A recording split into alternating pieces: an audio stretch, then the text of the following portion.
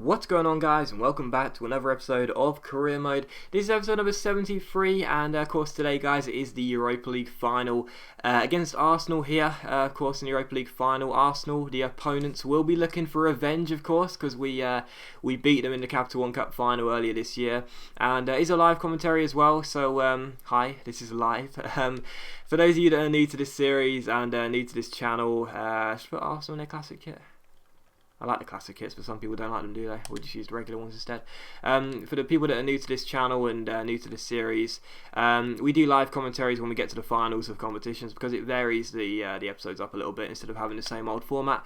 And yeah, it's Arsenal. We're playing at I think that was the Mestalla there, wasn't it? And hopefully we can win this. I've been saying all through the season as well, I'm desperate to win this competition as well, and I really hope we can. And the bench isn't that great, but we're going to leave it as it is, and I think that squad is going to be okay. And it is the Mestalla indeed. So yeah, I'm hopeful we can win this. I don't know why I'm so determined to win this either. I don't know what it is, because we're going to be in Europe for, if we stay at Millwall, we should probably be in Europe for the rest of the series, really, until we leave. And if we leave, we'll probably go to another club that's in Europe already. So I don't really know why I'm so desperate to win this, but I really do want to, and hopefully we can. So there you go. Of course, we beat Arsenal in the Capital One Cup final, so next year we're already guaranteed to be in Europa League. And also in today's episode, guys, I'm going to be ending the season. We're going to end the season as well because we've got one game left. I think it's against Swansea, although I might be wrong about that. And it's a meaningless game. We can only finish in 6th or 7th. If we win that game, it could come down to goal difference. And I'll show you the league table before the game anyway. We can't finish lower than 7th, and we can't do anything else in the league. So I'm just going to simulate it, and we'll end the season in this episode. Just to make sure you guys don't have the next episode as a meaningless episode for you guys. Just so you're not seeing like one game which has no meaning, and me just saying goodbye in like 5 minutes. That'll be pointless. So we'll end the season together, and there you go. And of course, in these live commentaries as well, if you are new to the series and new to the channel, I get questions from you guys. It's not a traditional Q&A with like face cam and stuff, but it is a Q&A anyway. And I get the questions from Twitter. You can follow me on Twitter at @Doclanders. I highly recommend it as well, because for those of you that have sub box problems from time to time, I always post when I've uploaded the video, so you can get those questions from Twitter, and you can follow me on Twitter at @Doclanders, and all my social media stuff is in the description below. So Twitter, Facebook, Spotify, Pinterest, Instagram, Google Plus, trying to name them all, but I've already ran out of the other ones I use. Anyway, all my social media stuff is in the description below, so if you want to follow me on anything, that's the place to go. You'll find all my social media links in the description. But anyway, yeah, I do get the questions from Twitter, so thank you to everyone that's asked me questions, and yeah, let's get straight down to it as well. The first question comes from Jack Beals, and he says, how confident are you with Holloway as manager with the signings he's made and the results since he joined? Well, of course, he's not been here for very long, has he? And it's been an inconsistent start, as you'd expect. But I think, we can't really judge him on what he does for the first half of the season, unless we get relegated, obviously. We can't really judge him.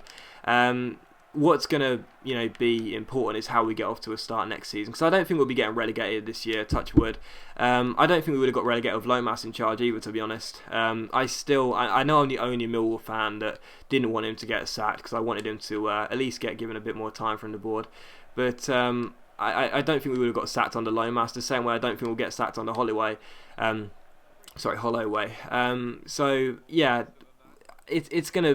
we can only really sort of judge him next season, really, at the start of next season. And I think some of the transfer dealings were a bit out of his hands as well. I mean, Liam Trott was always going to leave, which is a shame, but he's never really felt loved at Millwall, so Trotz was always going to go.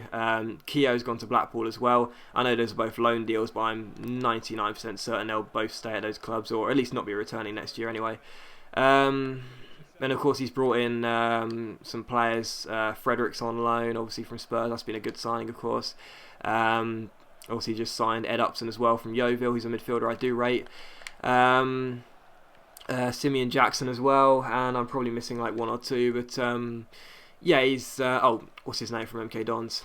Is it Sean Williams, the centre back? But he's made some signings, and like, we can't really judge him yet. What will happen is, if we do get relegated, then of course we can judge him, but it's going to be about next year and how we get off to a start next year, because we didn't get off to a good start this year under Lomas, and it will all be about how we do at the start of next year, really, and that's when we'll start to judge him and see how we are. Oh, and good, great chance for the 1-0. Oh, it's a good save. That's a good save. So yeah, I'm confident anyway. I'll say that as well. I'm really confident. I never thought we'd get Lomas, and it was I never thought we'd get Holloway, and it was when I read the news, I was just so happy. I really was, because I didn't think we were going to get him, and I'm confident he's the right man for the job as well. You know, a lot of people are sensationalising it a little bit and saying we're going to be promoted in like 3 years, which I completely disagree with. But under Holloway, I am confident we can secure championship stability now, which is a good thing and a necessary thing as well for our club. The next question comes from Daniel Meltzer, and he says it's about Bayern Munich, and it was something like, well, I'm not going to answer it. Sorry, not going to read it without knowing the full question. Oh, that's good tackle there. Anyway, he says, are Bayern Munich too good for both the Bundesliga and the Champions League? I watched Bayern Munich play last night. It's Monday night for me. I watched them play last night against, oh god, what's the name? It's something like Eintracht Frankfurt or something like that. It's probably not even a real team, is it? Something like that. Anyway, I think it was something in Frankfurt, and they won 5-0. It was at the Allianz Arena, and they just looked incredible. It was so fun to watch. They just looked absolutely fantastic, and oh, it's a good run. And oh god, it's across the face of goal. There's no one in there. They look really good, and you know, I'm really pleased for Guardiola as well, because so many people think Guardiola's an overrated manager, and I've never really understand why people think that.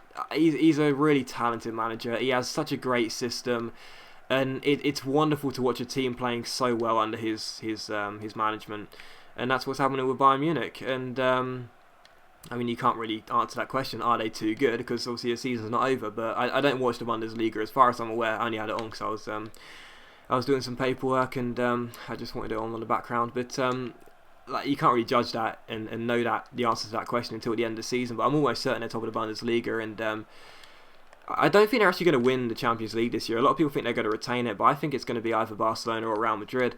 But yeah, they look fantastic, and it's great to see as well. Because again, for me personally, because I think Guardiola is a wonderful manager, and people are so anti-Guardiola, or some people are so anti-Guardiola, I should say, and it angers me really. Well, not angers me, it just frustrates me in a way. But the next question comes from another Daniel Slavinsky, and he says, do you think that making pack opening videos is a cop-out for some certain YouTubers? Thousands of subs still watch them. Cop-out is an interesting term to describe that. No, I mean, I don't really know how to answer that really. Some people are really anti kind of YouTubers that do pack openings because they think they're so cheap, and I don't really think that's true. Yes, they are obviously going to be a little bit easier to make than certain videos. No one's going to deny that, because you know, you can just basically press record, you know, do it with a live commentary if you will, and just open packs and then say bye. It's quite simple, but I guess the same could be said for this type of video. I mean, today I've you know, this is different to how I would usually edit a video. I've just turned on my Elgato, and I'm gonna do this live commentary on what I've done. I'm gonna sync the audio, and then I'm gonna finish it. So I don't think they're a cop out, to be honest. I think they're the thing which is, you know, which needs to be remembered is Danny Ings, why are you not going for that? The thing that needs to be remembered is with every type of video, the intention is to get views. You know, no one's ever made a video and said, you know, I hope this gets no views whatsoever. And when people say, you know, you're just doing this for views, it's like, well, obviously, you know, and when someone says like pack openings and things like pink slips as well, they're a very hot topic. Pink slips and wager matches, people are like, they're just doing it for cheap views. It's like, well, of course they are. Of course they're doing it for views. Everyone's doing it for views, because that's the whole point of YouTube. You know, no one makes a video and says, I ever get less views than yesterday's video, you know. So I don't think they're a cop-out or, you know, a cheap way of making views. I know that's not what you said, but even so, that's just how some people view it. I just think that, you know, they're videos which are, you know, don't have as much effort in them, put into them, obviously. but they're still entertainment, and still people want to watch those pink slips and want to watch those pack openings. I know not the same type, but even so, people want to watch pack openings. They do. They always have done. And no YouTuber should say, well, I'm not going to upload pack openings because I want to show like I'm putting in more effort. They want to get views. Of course they do. Everyone wants to get views. So that's a wonderful ball. That's a wonderful ball. That could have been 1-0 if Kelvin was taller. So yeah, I mean, they're just. I know they divide opinion, and that's fine. But for me, I've never had a problem with anyone that does pack openings on a regular basis. Same with pink slips on a regular basis. So there's. I know that, again, I know those two are completely different formats, but some people do generalise them both as view whoring, if you will, which again I disagree with. But no, they're just videos which if your subscribers like them, you should do them because that's what your channel's built around, I suppose. The next question comes from Jenna, and she says Man City Chelsea score prediction. That's of course kicking off in about 30 minutes, so depends on how quick I can get through this video. I'll be watching the first half hopefully from the first half to the end. Difficult one. I have a sneaky suspicion Chelsea are going to get a draw out of this game. Actually, I believe they might get a point.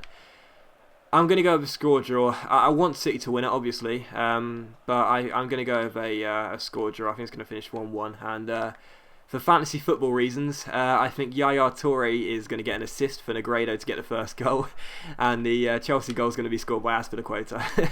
But no, I have a sneaky suspicion Chelsea will get a draw, and I think it will finish 1-1. But hopefully I'm completely wrong, and hopefully it finishes 5-0 to City. Ings, pace, nothing. God damn, Danny Ings has been like so average in the second half of the season. He got such an amazing start, and since then he's been really average. He's still an awesome striker, but still. Yeah, we'll go with 1-1, score draw. The next question comes from a guy that has no name, and I hate when people do that. Well, he does have a name, but it just says FIFA 14 or something stupid. But he says, who do you think will win the BPL and the Champions League? I'm going to go with City to win the league. It'll be either City or Chelsea in my opinion, but hopefully it's City. I actually think whoever wins tonight will win it. So if City win, they're going to win it. If Chelsea win, they could go on to win it. So I'll go with City just because I want them to win it. And the Champions League, I'm going to go with, I said earlier, it will be one of, or I think it will be one of Barcelona or Real Madrid. And I'm going to go with Real Madrid, just because it's been an absolute age since they last won. It's hard to remember. It's been over a decade since Real Madrid last won the Champions League. That's crazy for such a big, powerful team. So yeah, I'm going to go with I'll go with Real Madrid to win it. It could be Barcelona, but I think I'm going to go with Real Madrid. Again, it's just a prediction. I might be completely wrong, but I'll go with Real Madrid.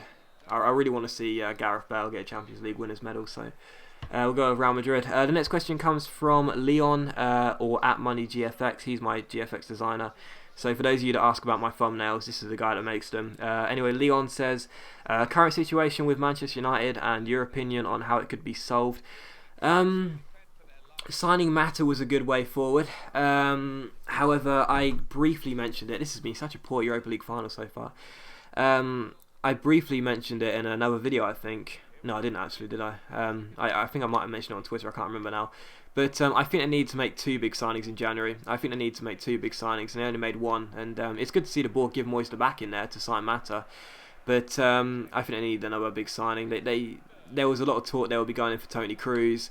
There was a lot of talk they'd be going in for Marco Reus. And in my opinion, they had to make one of those signings. They needed to make another big signing, because although obviously that's a great block. Although Mata's a wonderful player and he's going to show just how good of a playmaker he is at United, I'm very happy with the signing for Moyes, because he was not getting wasted at Chelsea per se, but he was underused really for a player who was Chelsea's Player of the Year 2 years in a row. I think I got that right. I might be wrong about that, but I think that's right.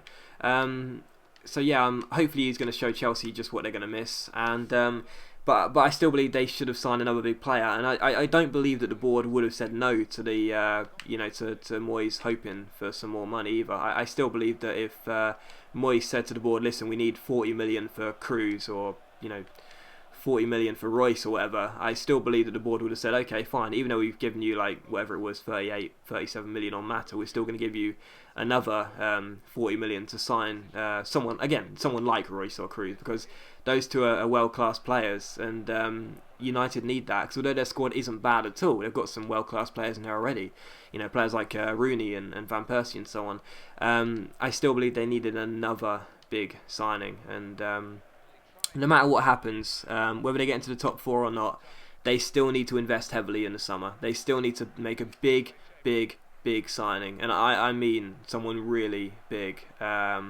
Because they signed Fellaini in the summer, and although I admit he's been used as a scapegoat by the media and United fans in general, that wasn't the signing they needed, and they need to sign someone really valuable in the summer, and again, hopefully it will be someone like Royce. I'm a big fan of him. I'd love to see him in the Premier League, so I would say that they need to invest heavily. That's all I'd say. They need to sign themselves a proper... Well, hopefully they sign Luke Shaw in the summer and have him as a starting replacement for Patrice Evra, and maybe a centre-back as well. But in general, they just need to make a big name signing, and they need to invest heavily in the squad. The next question comes from Jay Reed, and it's on topic. He says, do you think United will get into the top four? Yeah, I think they will. I'm not going to be surprised if they don't get into the top four anymore, but I still think they will. It is going to be difficult to see them do it, and then they're going to need some real consistency, but it's so tight at the top, There's only a few points separating like 7th from 3rd or 4th, and it is 7th from 4th, yeah, and it is really tight, and it's going to be awesome to see the climax to the end of the season. It's going to be a really fun season to watch. It already has been. But I still believe they'll get into the top four. It is going to be tough, but I think they're going to pick up some real good end of season form, and I think that will do it for them. But if they don't, I'm not going to be surprised. I know some people think I'm biased towards United, so I'll just say that I think they will, but I'm not going to be surprised if they don't. Here's a real chance for Arsenal. That's a great block, Header Nilsson.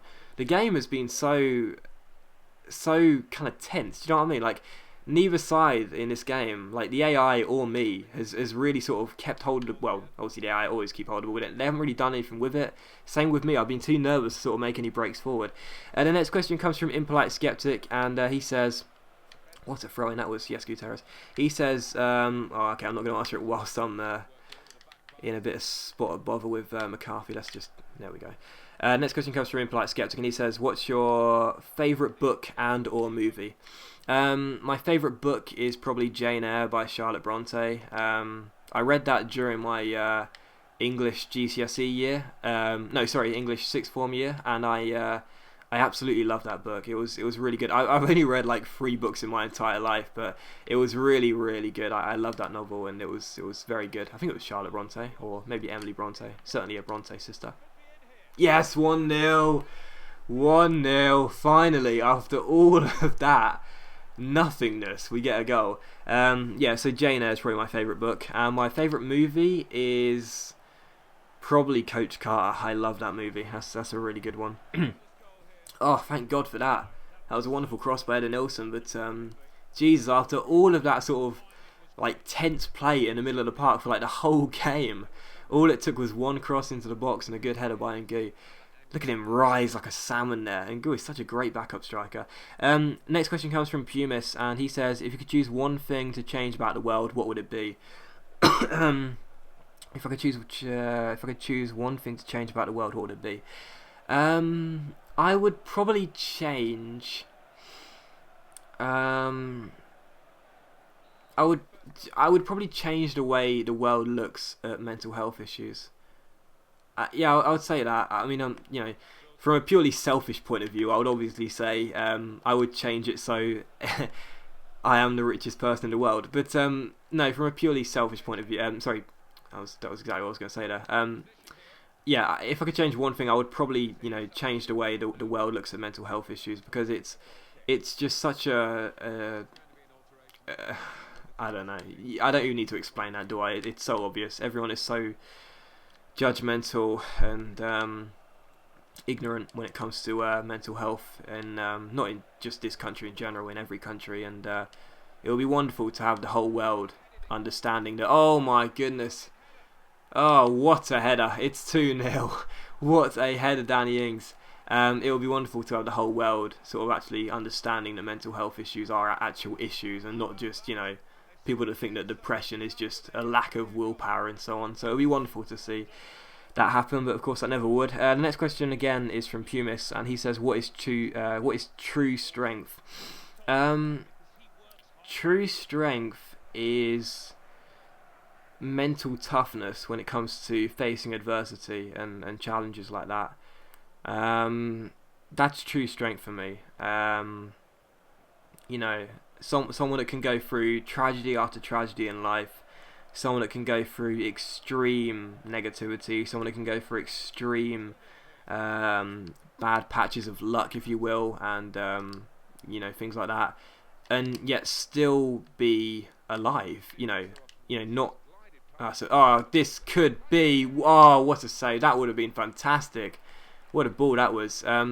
Yeah, you know, someone that can still, you know, not necessarily always look on the bright side, but, you know, someone that can still, you know, not have. I don't really know how to answer that question without sounding like a dick.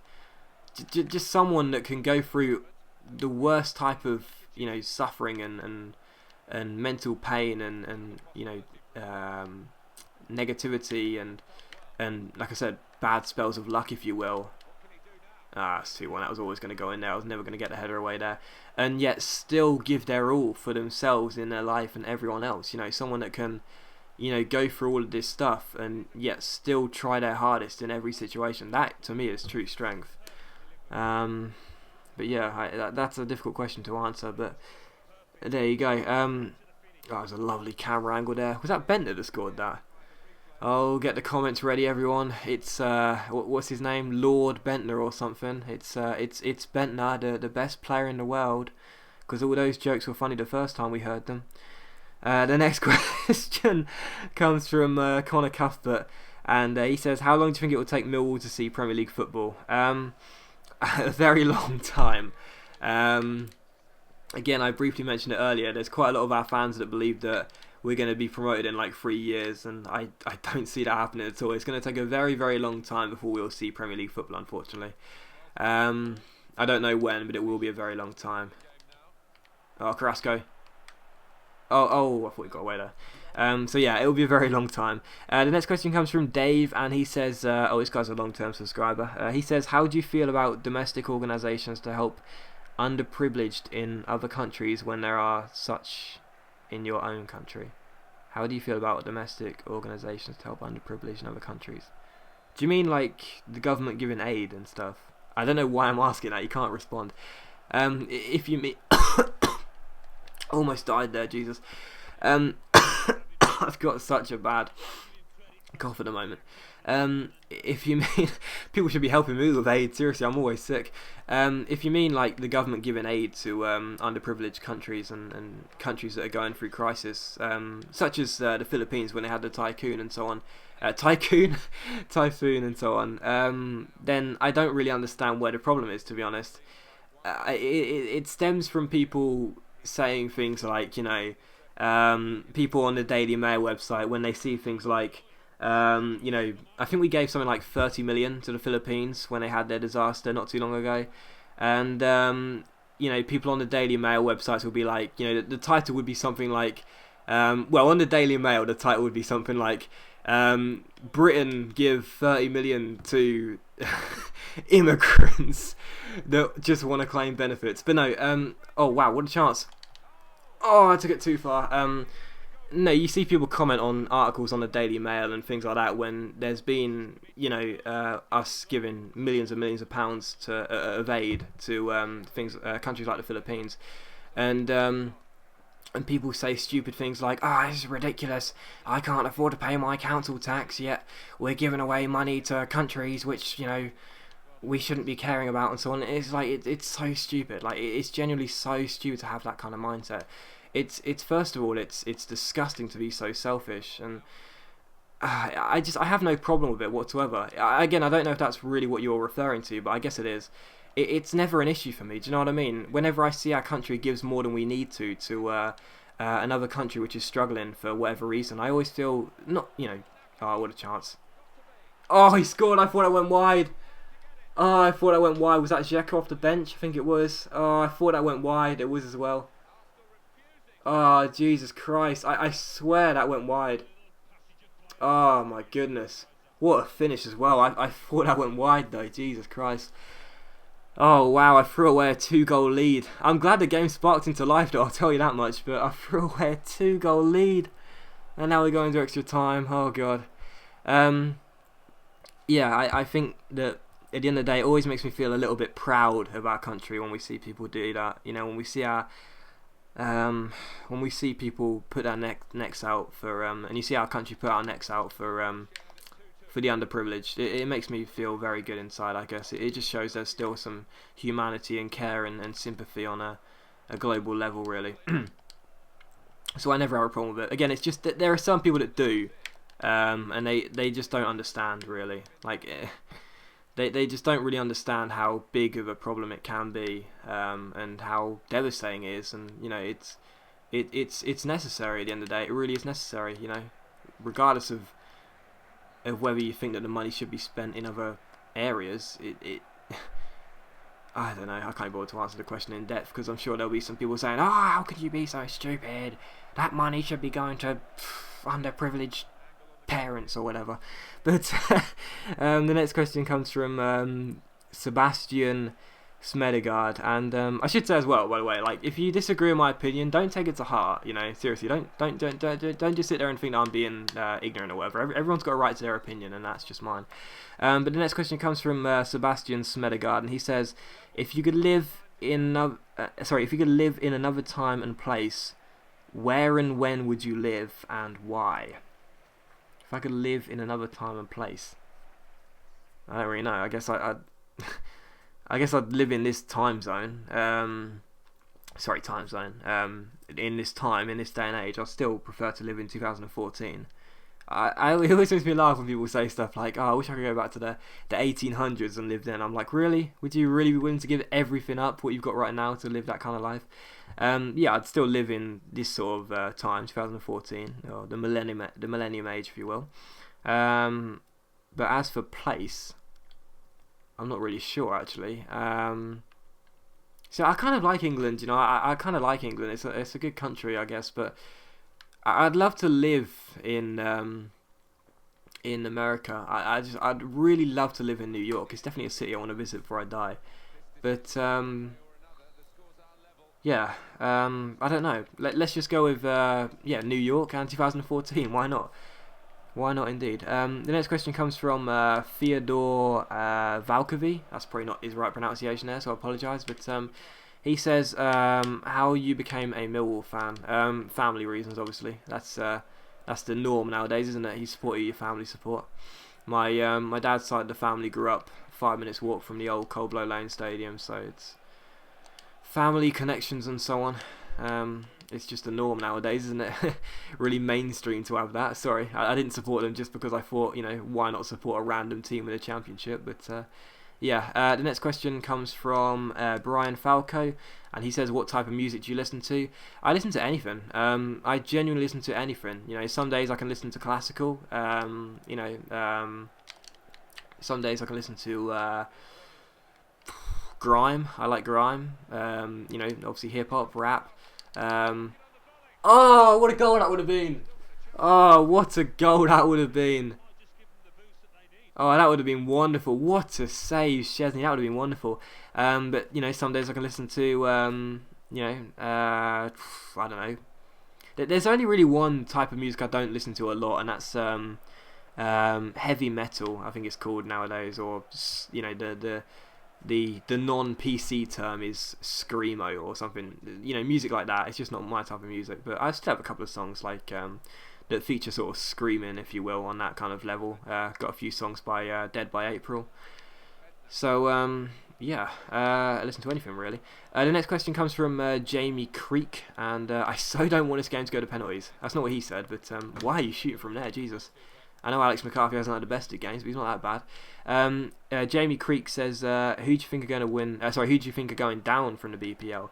Originally, I said Sunderland, Palace, and Cardiff, and I still think Cardiff are going to go down. Having a lot more doubts that Sunderland and Palace will. I just noticed you got a Sunderland badge as your profile picture, so I better not say Sunderland. I still think Palace will go down. As much as I like Tony Pulis, I still think he'll get relegated with Palace. So we'll go with Cardiff and Palace, and we'll also go with let's go with Cardiff, Palace, and that's a ball. Oh, that's a bit too much actually. Cardiff, Palace, and oh god, difficult question. Do you know what? When I first actually did the predictions, like right at the start of the season, before the season even started, I said Cardiff, Palace, and Hull. So all three teams have got promoted, and I'm going to say the same again. So Cardiff, Palace, and Hull. I'll just say that. I'm probably going to be completely wrong, but yeah, let's just go Cardiff, Palace, and Hull. Of course, I did change that a couple months into Palace, Cardiff, and Sunderland. But there you go. The next question: when I get the ball off Arsenal. Oh, that could have been a good chance for a break there. This game sort of sparked into life, and now I think it's going to be like this for the rest of extra time, where it just passed the ball around. I can't get it off him. The next question comes from Michael James, and he says, "How much wood would a woodchuck chuck if a woodchuck could chuck wood?" Oh, I hate this question. Let's I just got an iPhone 5s, so let's ask Siri that question. How much wood would a woodchuck chuck if a woodchuck could chuck wood? It depends on whether you're talking about African or European wood. There's your answer. I love Siri. The next question comes from Ryan, and he says, "What championship sides do you think will be promoted, and what team of the three have the biggest chance of Premier League success?" Leicester, QPR, and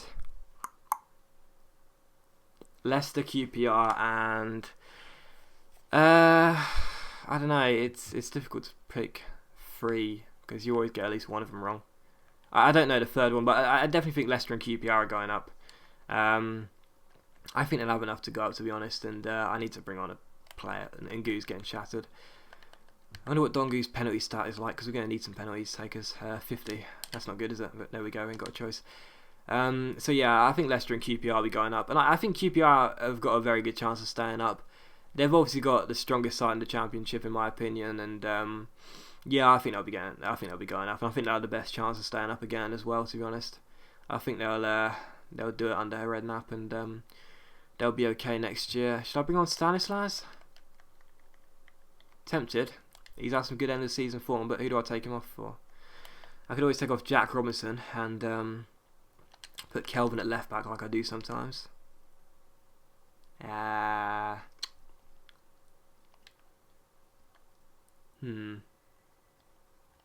that's what I'll do. Got one more sub left just in case.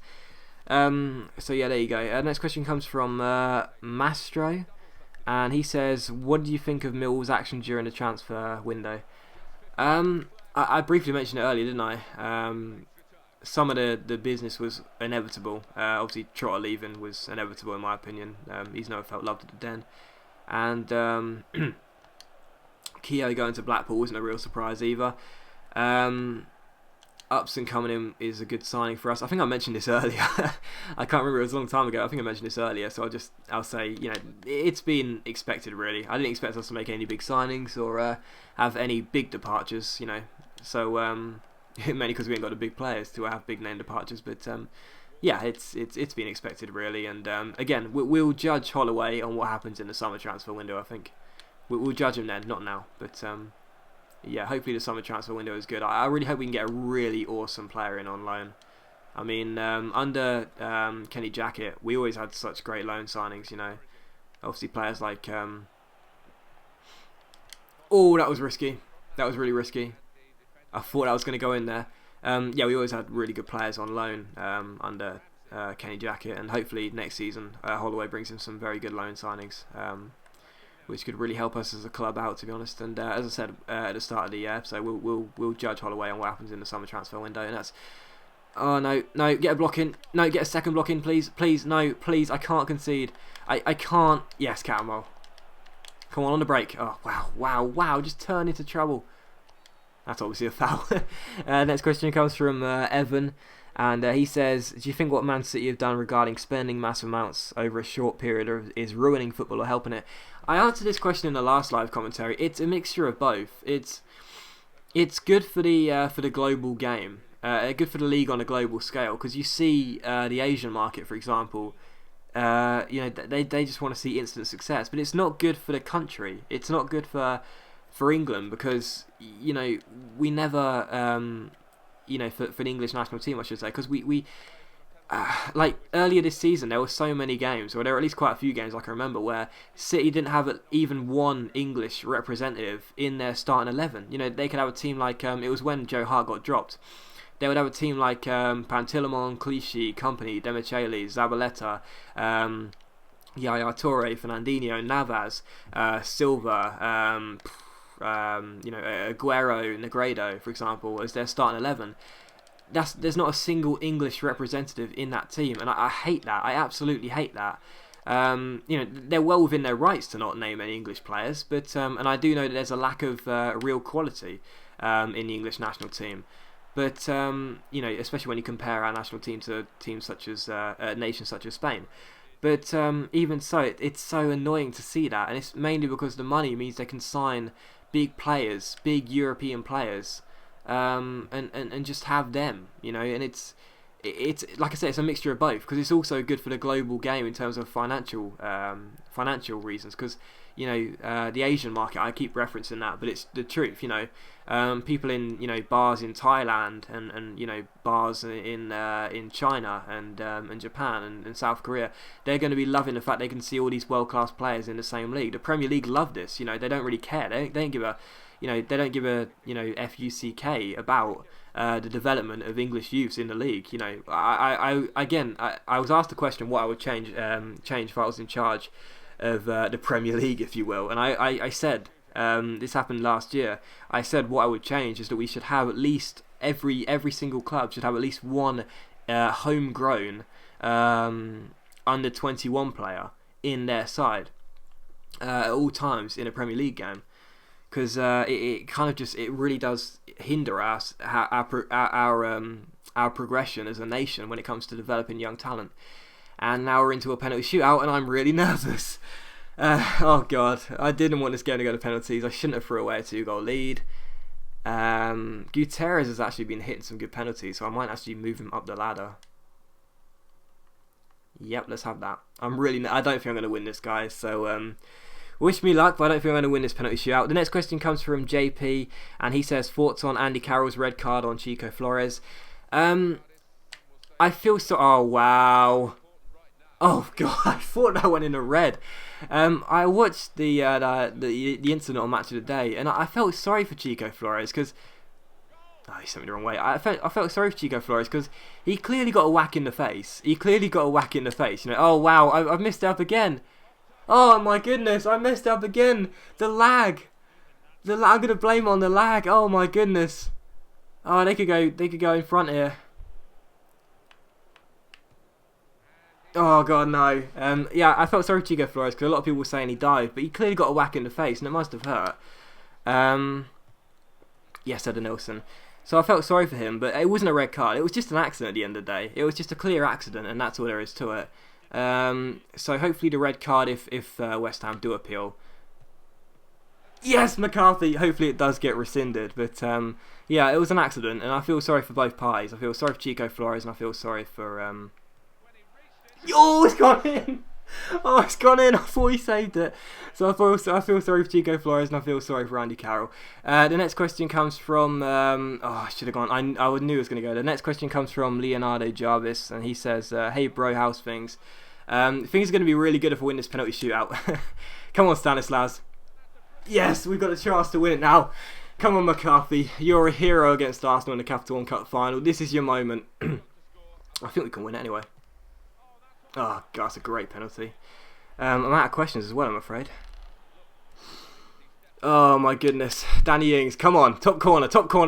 Yes, sends the keeper the wrong way. Come on now. I really want to win this. Come on. This is the chance to win it. I know that for sure. It's Theo Walcott. Oh, God. I thought he was going to go down the middle. Oh, I don't fancy my chances. Gutierrez, top corner, please. Yes. Oh, the heart is racing. I really want to win this for Marlon. Blaze it over the bar for me, Tommy. Damn it, the one time I don't stay down the middle. Oh, God. Catamol. Not a best penalty, but he's done it. This is going to go down to the goalkeepers. Come on. Monreal. I think he's going to go to the right, and McCarthy's left.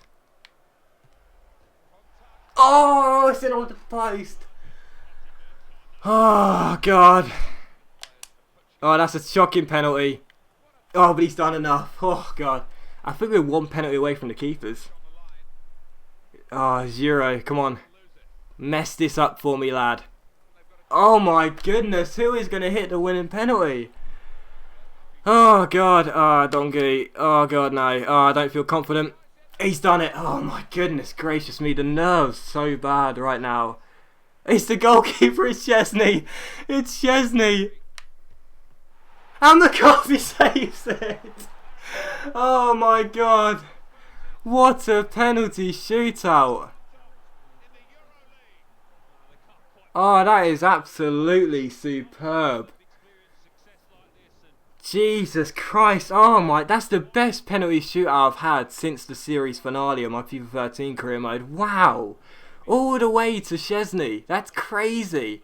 That is absolutely insane. Oh, we've won it and McCarthy's the hero again. I was actually kind of hoping that McCarthy would have to take a penalty, but oh wow, that was insane. That was absolutely awesome. I've never felt, again, the only time I've ever felt so nervous during a career mode game was the series finale of my FIFA 13 career mode, and anyone that watched that will know why. Oh my goodness. That was hectic. That was nerve-wracking. That was awesome. And we have won the Europa League. Oh, wow. What a final. I'm so glad because it looked so bad after 45 minutes. Then the game sparked into life. And then that awesome penalty shootout. Wow. That was absolutely fantastic. That was awesome. Yes, we've won the Europa League. We've won the Europa League and the Capital One Cup this season. What a superb season it's been as well.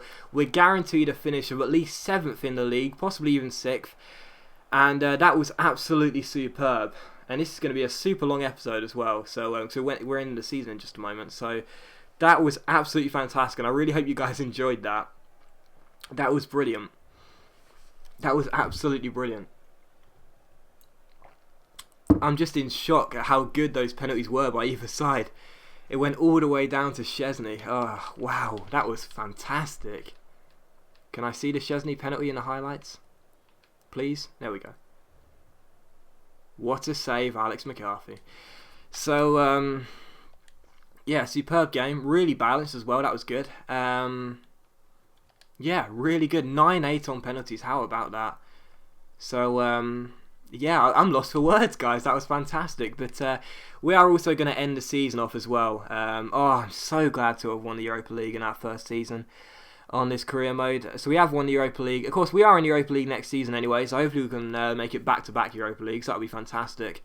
And yeah, I'm so pleased with that. What a superb penalty shootout. I don't think I've lost a penalty shootout yet on this series. So yeah, that's good. Let's look at the office. Oh, that sucks. The board wouldn't. In the last episode, I showed it briefly. I tried to trick the board into giving us some more money. Although we did get 5 million for winning the Europa League, so there you go. So that's superb. And yeah, we are going to end the season off, and it was Swansea as well, the side we're facing in the last game of the season. So, almost coughed then. So yeah, let's get on with this. And let's end the season. Oh wow, what a superb penalty shot! I'm absolutely lost for words. But yeah, I did say I'd sim it, and I'm not going to bother editing the starting lineup either. So let's just quickly sim the game, and let's see how we finish. I bet we get thrashed. Okay, 1-0, not too bad. But we lost the game 1-0, and let's. So that means we finished 7th. We got 7 million for winning the winning the league, if only. We got 7 million for finishing in 7th in the league. And let's just go and prove that for you guys. Let's show the final league table. And there we are, 7th place. Oh wow, if we would have got a point in that game, we would have finished 6th. That would have been lovely, wouldn't it? But yeah, 7th place in our second season in the Barclays Premier League. That is something to be proud of. And next season, touch wood, we could challenge for the top 4. I certainly believe it's possible. I mean, we are 8 points behind this year. That's not too bad at all, is it? So yeah, we'll definitely be looking to challenge for the top 4 next year. And we got £14 million in total, just under 15 million. See, what I don't want to do is, because I've heard that if you don't spend your money at the end of the season, it just disappears. So, for example, I've got just under 15 million. I've heard that money won't carry through to our next season's budget. So I'm tempted to do something. So yeah, let's see if I can trick the board again. Let's just see, because we won the Europa League final, but let's just experiment with reach the final first, and let's just give 1 million and let's see what they say. But I want to see if I can trick the board. It'll be classic. But yeah, so I better and they have as well. That's genius. That is absolutely genius. Because obviously we've won the Europa League, so that doesn't matter. If we accept this, it doesn't matter because our objective has already been met. That's absolutely genius. So that is one surefire way to get money. So I guess if anyone's watching me, I know I don't usually do career mode tips, but I guess that's a tip for you guys if you didn't know that. Once you've won a trophy, and it wasn't in your objectives, then you can request funds and get some more. So we've already reached the final. So can we get another million? This is like the cheapest way to do it. In fact, let's go with 2 million, 2.5 actually. It's like the cheapest way to do it, but. That's baffling. That's absolutely baffling that EA can be so stupid. Although then again, it's EA, so it's not that baffling, and they're not going to accept it, are they? Ah, never mind. So yeah, that is the end of the season. Let's just do the squad reports and so on, and see what we've got. This is our youth squad at the moment. It's relatively okay. There's a couple of average players in there. I think I'm going to release him actually. Shall I? No, I don't need to release him yet, do we? This player looks really good. I think I'll promote him next season. That's our scout future star. He'll get promoted next season. And so will he. So yeah, we'll promote those 3 at the start of next season. That will probably get released. He'll probably get released, I should say. He can stay for a bit and he will also probably get released. But we'll wait and see what happens there. And yeah, let's get into the squad report, the last one this season. And let's go down the list and see if anyone's been improving. Nyland's still yet to go up a rating, so is McCarthy. That's kind of frustrating. I think I might shift on Fabricio next year. I know he's one of our highest rated players, but I think we'd get about 10 million for him. Robinson, of course, is our signing next year, by the way. So for anyone that's been asking, and for everyone that's been asking, yes, I am going to try and sign Jack Robinson on a permanent deal next year. Carrasco looks so good. Cannot wait until he hits 80. I wish Trottle would grow just one more rating. Just one more rating. Still, the squad's looking good. We've got loads of players arriving on pre-contracts next year. We've got absolutely loads of players coming in, so that's going to be really exciting. And yeah, I mean, I know that you guys, I know there's quite a few that were disappointed that we didn't move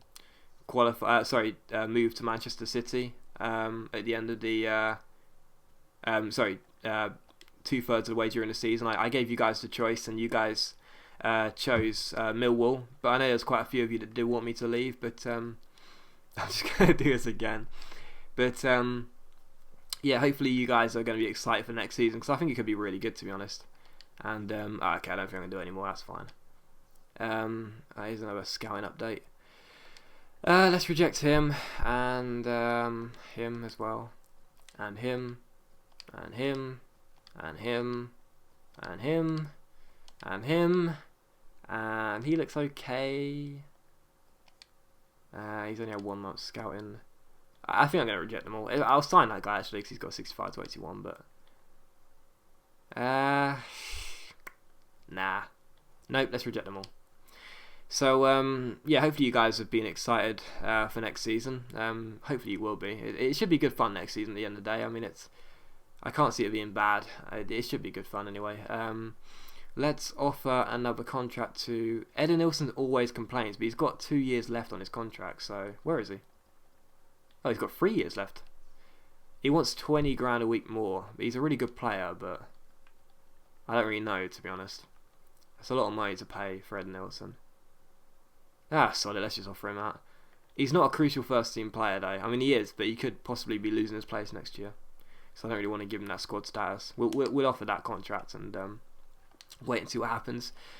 Again, I did say I was going to change the budget, didn't I? Yeah, no, what did I say I was going to do? Oh yeah, I was going to sign like a scout of some kind.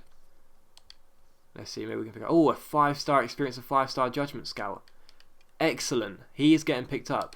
I know that's really expensive, but you get the best results from the best ones. So he's getting picked up. And next year, our scouting should be really good. Because I know scouting was the best thing about last year. And that's good. Maybe another global transfer network scout as well. Should we just spend the entire budget on the scouting? Is that something we should do? I don't know what's better for the global transfer network scouts, experience or judgment. 3-star experience, 5-star judgment. 5-star experience, 3-star judgment. 700 grand difference. Again, I don't know if that budget carries over. That's what I'm worried about, because I don't want to spend my money on the scouts and then find out it doesn't carry over, but I don't know if it does. So we'll leave it for the time being, and there you go. Oh yeah, I've been for those of you that have been wondering, I've been looking at the free agents. I know quite a few of you were asking me to sign some free agents, and this guy looks alright, I suppose, as a squad player. But there you go. Our scouts arrived, and Eder Nilsson has accepted a contract. Great. So we didn't even need to offer him a status. So how long's this deal going to be now? 4 years, I think. Yeah, he's our longest player for contract, 4 years. That's cool. I don't mind. Eder Nilsson's a good player. Should I do it one more time, just in case? Just in case. Because getting more money in a cheap way is always very nice. But it's not going to happen, is it? Yeah, all of these players. This video is going to be like an hour long. So for those of you that like the long videos, hopefully this is exactly what you wanted. So many freaking youth players I was looking at. Because the free agents this year are so bad. Like last year you could sign like players that are worth like 20 million on free agents. This year I haven't really found anyone of note. And where's my players? What? Did I just reject all those players, or did they just disappear? They must have just disappeared. I didn't reject them, I just deleted the emails. Ah, sorry, they weren't that good anyway. I know they weren't that good. I was looking at them, I did it behind the scenes. They look quite average, so... let's see. I would like to sign one really good global transfer network scout, but I don't want to spend too much money either. So maybe we could sign like because how many slots have we got? We got 2. Maybe we could just sign one really poor one for like nothing, and then yeah, let's do that, because now we can scout in another country. We've got 3 Finnish scouts. And we'll look to sign a really good one as well with the remaining 6 million we got. Should I just sign this guy and then hope the budget carries over? Let's just wait 1 more week and see if we get any better scouts. Cool, Lars is going back for fitness. Injury, sorry. And I'm sorry I've run out of things to talk about, but... Oh, I keep going to the wrong place. Yeah, this guy. 5-star experience, 3-star...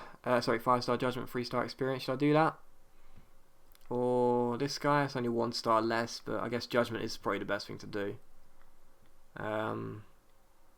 Again, it's just... I just wish you could know for sure whether the budget carried over. Because people always tell me different things. They always say, yes, it does, and no, it doesn't. So I don't really know what to do, because I don't want to spend my money on the scouts and the people will be like, you're such a stupid idiot, but I don't know for sure, really. There's just no real way of telling, I suppose. Do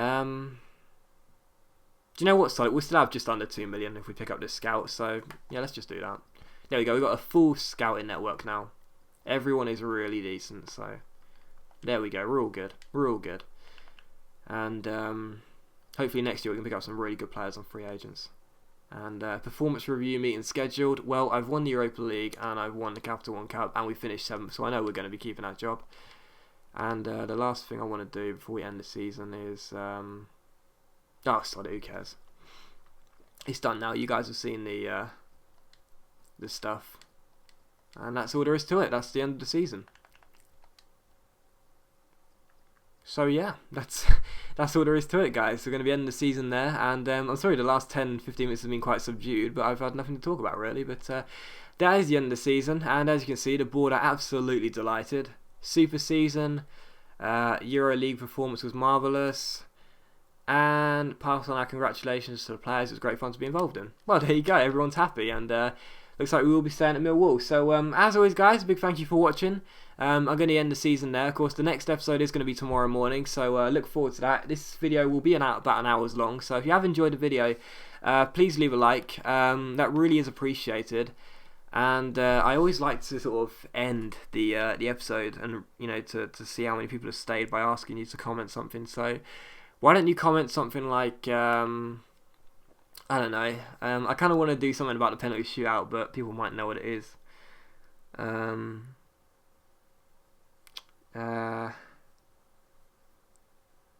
you know what? It doesn't really give anything away if you say keeper v keeper, does it? So yeah, just do keeper v keeper. If you've watched all the way through, just comment keeper v keeper, or goalkeeper v goalkeeper, if you will. That doesn't give anything away, does it? So yeah, just comment that. And as per usual, big thank you for watching. Do leave a like if you have enjoyed the video. Again, it's going to take me like so long to edit this video and render it and stuff. So if you can leave a like, that's much appreciated. It would be great if we can get to 750 likes. And yeah, I will see you for the next episode of Career Mode tomorrow morning, where we could have a quadruple weekend. So thanks for watching. Leave a like if you enjoyed. Don't forget to comment keeper v keeper if you did enjoy the video. And yeah, I will see you for the next episode tomorrow morning.